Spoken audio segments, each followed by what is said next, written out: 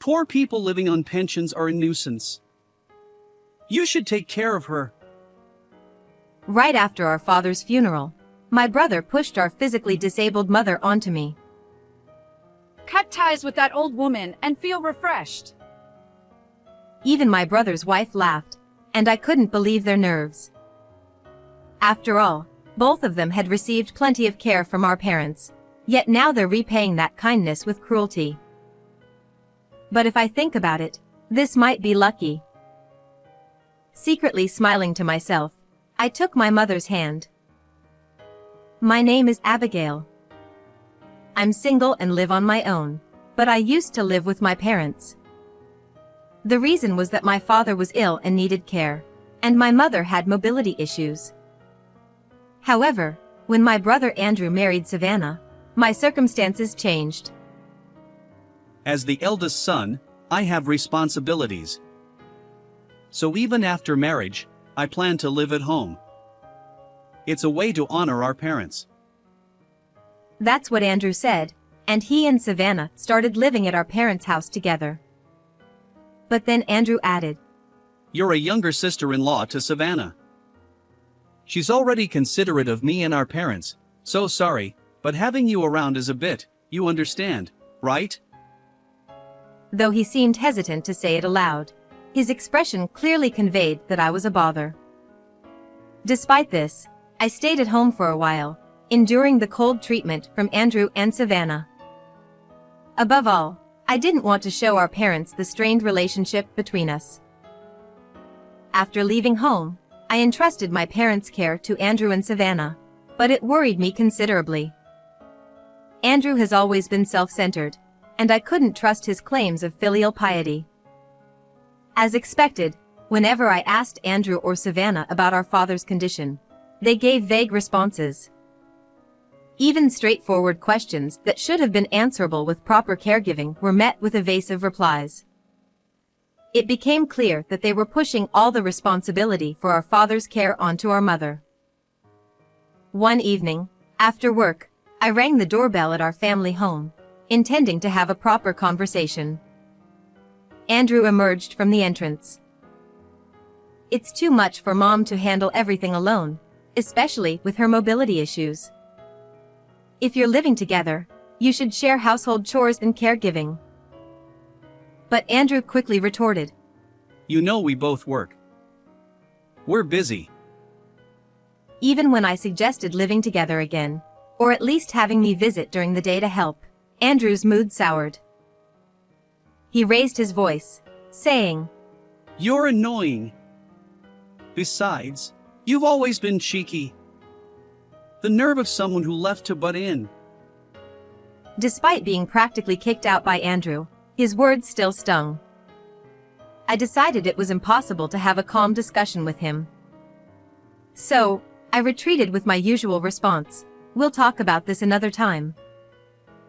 Occasionally, I tried to subtly address the issue with Savannah, Andrew's wife, but her reactions were equally harsh. She said, What? After finally getting you out of here, you're still trying to interfere? Unbelievable. Even though I hadn't made any unreasonable demands or used harsh language, I found myself portrayed as the villain. In the end, I was forbidden from speaking up, yet not allowed inside the house to help. It left me feeling frustrated and helpless. However, the problem doesn't end there. During a phone conversation with my mother, I learned that Andrew sometimes claims to be short on money and doesn't even provide basic living expenses. My mother said, These tough economic times are dreadful. I'm worried. But from my perspective, it seemed absurd. If they're too busy with work to help around the house, surely they can spare some living expenses? Or are they working at such a terrible company? Both of them? My mother remained non-committal, so I resolved to visit our family home again. Yet once more, I wasn't allowed inside. Andrew, who emerged from the entrance, maintained his intimidating demeanor. Dad used to earn a high salary during his working years, and he had a substantial retirement fund. They can live comfortably without contributing to living expenses. He said, unapologetically. I confronted him firmly. That's not the issue. Even savings and retirement funds deplete when used. Besides, how much is left, and at what rate are they spending it? Can you answer that? Andrew's annoyed expression prompted me to continue. Fine, then you contribute the money. Otherwise, keep quiet. Now, go away. His words revealed that his desire to be a dutiful child was merely a facade. In reality, he wanted to exploit our parents for household chores and financial support. Frustrated, I gave up trying to reason with Andrew and called our parents, suggesting they live separately. But my father's illness prevented him from pushing Andrew out, leaving the decision to my mother. Still, she refused to leave the family home, insisting on handling both household chores and caregiving. I know we shouldn't spoil him further, She said, but if we kick him out, won't he cause trouble elsewhere? As the one who raised him, I should take responsibility. I disagreed. No, that's not true. I grew up in the same environment. Andrew's behavior is his own responsibility. It's not your fault. My mother chuckled, seemingly unfazed. Well, for now, apart from my mobility issues, I'm doing fine. If things get tough, I'll rely on you, Abigail. And so, she continued to smile, completely unconcerned. Despite my efforts, even when I tried to give her living expenses directly instead of Andrew, she declined. It left me feeling helpless. Amidst all this, my father's health deteriorated, and before we knew it, he passed away. Despite her grief, my mother dutifully served as the chief mourner, and I did my best to support her. However, I couldn't help but notice Andrew and Savannah, who did nothing. Should I say something, as usual? But I knew they probably wouldn't listen. During the funeral, I remained silent. However, after bidding farewell to my father, an unexpected situation unfolded during a meal. The funeral is over, and this poor pensioner is a nuisance. Abigail, you should take care of Mom. Startled, I watched as Andrew tried to push my mother out. Aw, finally rid of that bothersome old woman. It feels refreshing. Even Savannah joined in, laughing. Their nerves were beyond belief. What are you saying? Don't you both realize how much you've relied on Mom? My anger seemed lost on them. To Andrew, I was just his younger sister, and my words didn't matter. This house is mine now. So anyone I deem unnecessary should leave, right? No, the house was in Dad's name, wasn't it? Even if you want the house and other inheritance, we need to discuss it properly. Andrew's shocking statements left me more bewildered than angry. What? What's going on? I asked. It turned out that Andrew had manipulated our ailing father, who lacked judgment, into transferring the house into his name. And the will stipulated that he'd receive all the other inheritance too. Exploiting him while he was vulnerable? I exclaimed. Call it what you want. Results matter. Anyway, that's why Mom is now penniless. Just a burden. We didn't want the sick old man in the house, let alone a disabled mother-in-law. Andrew agrees. So pack your bags and leave. Savannah echoed Andrew's sentiments, and I felt a rage that shook me to my core. Looking at it another way, this might be lucky. I'd always thought Andrew and Savannah should live separately from our parents. Now that they were freeing my mother, perhaps this was an opportunity. Besides, I had my own worries, and maybe they could be resolved. My anger from moments ago vanished as I quietly said, "Well, I guess there's no other choice." We concluded that there was no need to speak with Andrew and Savannah anymore. After they left, my mother and I sat down for coffee. "Mom, if you leave this house, can you live with me?" I extended my hand, and she happily accepted. "Let's start by moving the essentials. Consider my apartment a temporary residence. Once we find a suitable place, we'll move." Given the stairs and steps in my apartment, it wasn't ideal for my mother's mobility. But she nodded in agreement. Then, she hesitated and made an unexpected proposal, one that surprised me. Still, I immediately agreed, believing it would ensure my mother's peace of mind. Later, we visited our family home together, and I informed Andrew and Savannah that I'd be taking care of my mother. Their joy knew no bounds. Having settled things quickly, we began packing my mother's belongings and preparing for the move. Andrew said, Abigail must really have a soft spot for useless, poor old ladies. With everything going his way, Andrew was grinning from ear to ear. The unhelpful Andrew couple just watched without lifting a finger, and that day my mother and I started living together, taking only the necessary items. For the large furniture we couldn't handle ourselves, we decided to hire professionals later.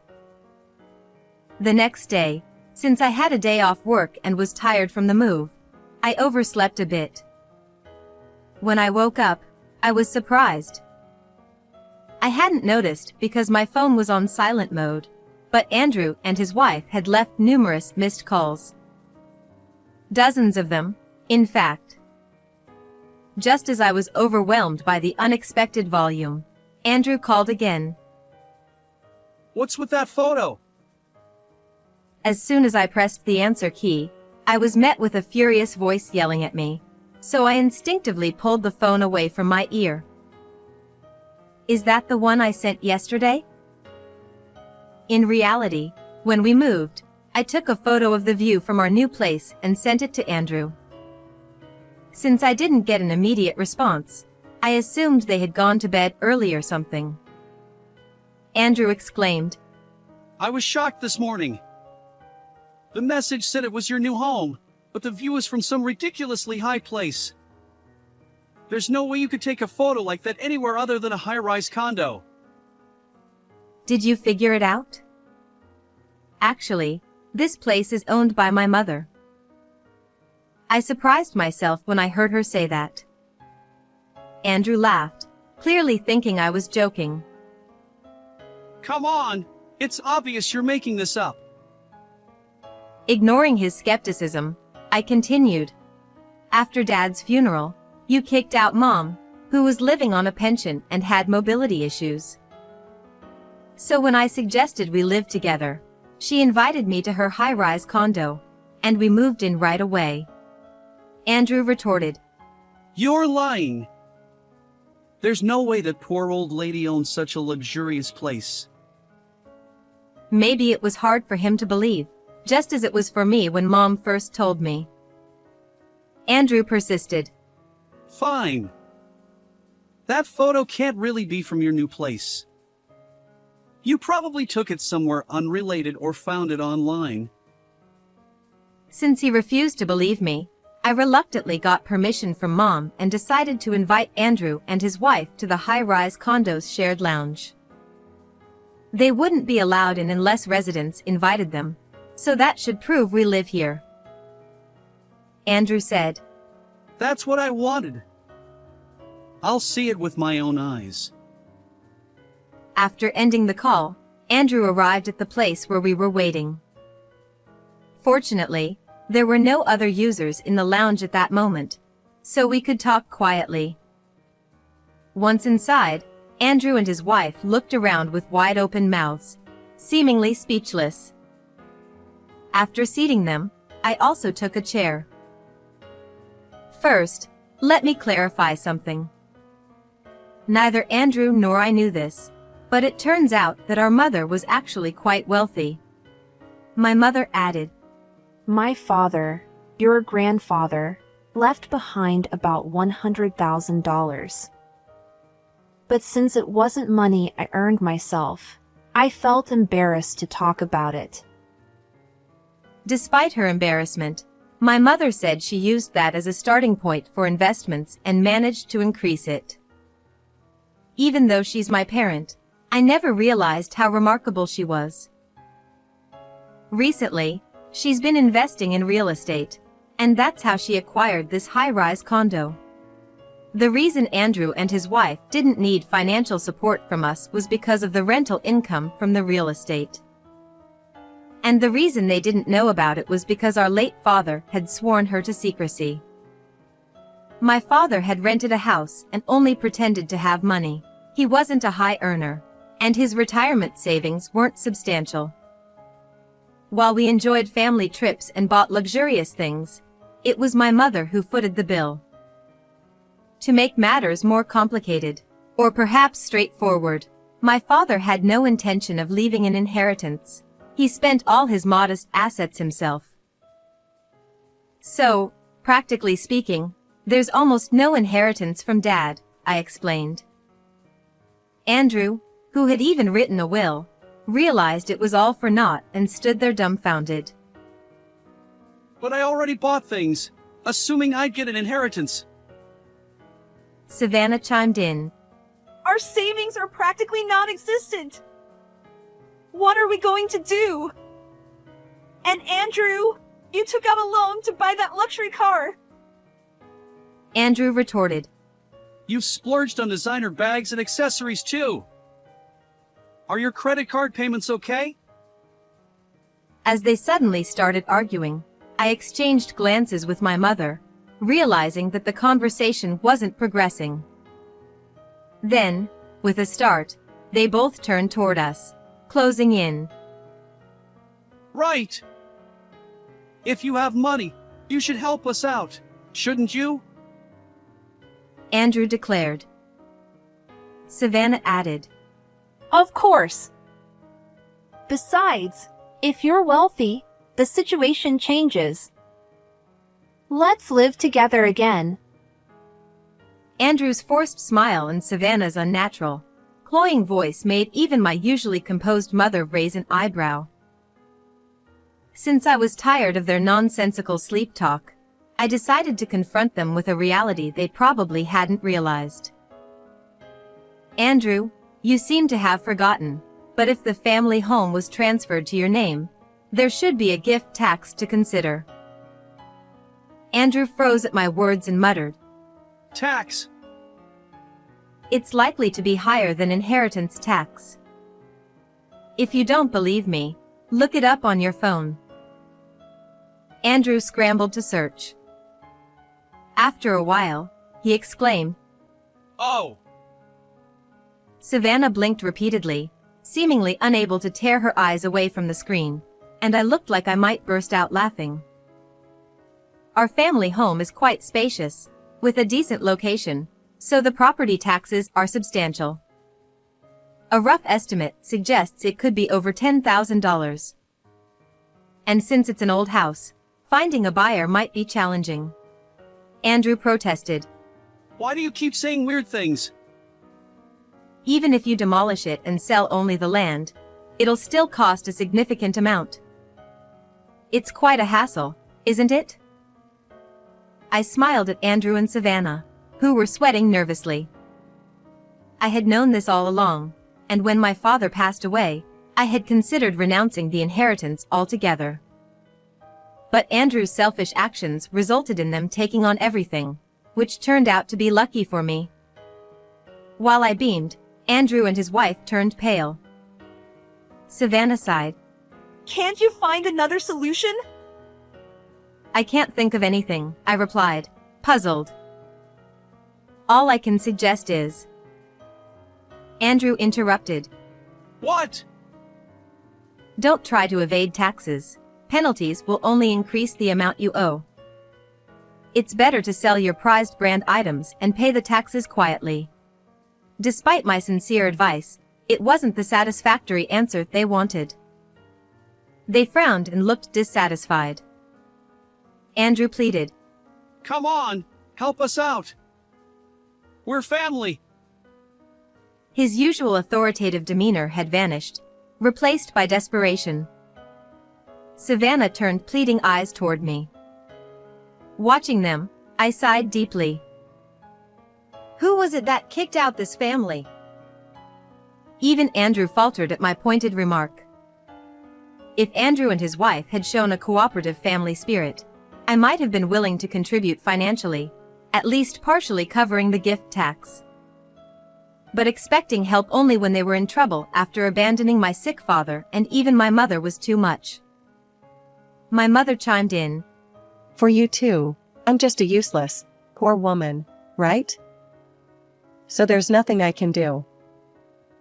Her gentle tone belied her unwavering resolve. It was a smile that conveyed both softness and unyielding determination. Andrew implored. Mom, please. It's a lifelong request. Help us out. Savannah added. We'll treat you well from now on. Please let go of the past. Despite Andrew and Savannah's pitiful expressions, my mother remained steadfast, shaking her head. So, the conversation is over. It's time for you to leave. Andrew protested. Wait! Ask Abigail to talk to Mom too. We're in a dire situation. My family consists only of Mom. When you kicked us out, the bond was severed. Shall I call security if you won't leave? Realizing our determination, Andrew looked crestfallen, and Savannah collapsed weakly to the floor. They were so shocked that they couldn't move, so we had the security guards escort them out. Afterward, Andrew and his wife sold all their luxury items to pay the gift tax, but their savings were wiped out. With mismatched income and hefty property taxes, they struggled to make ends meet. Andrew, desperate for help, tried to break into the high-rise condo to see Mom, but the guards promptly removed him. He even got arrested for resisting. Although Andrew was released soon after, they couldn't adjust their lifestyle, accumulating debt until they disappeared without a trace. I no longer cared about their fate. I moved furniture from the apartment to the high-rise condo, and Mom bought everything new. We now live happily every day in this barrier-free environment, perfect for my mobility-challenged mother. Seeing her content face, I vowed to continue being a devoted daughter. I hope you enjoyed this story. Don't forget to subscribe to the channel. Let's see you again in the next video.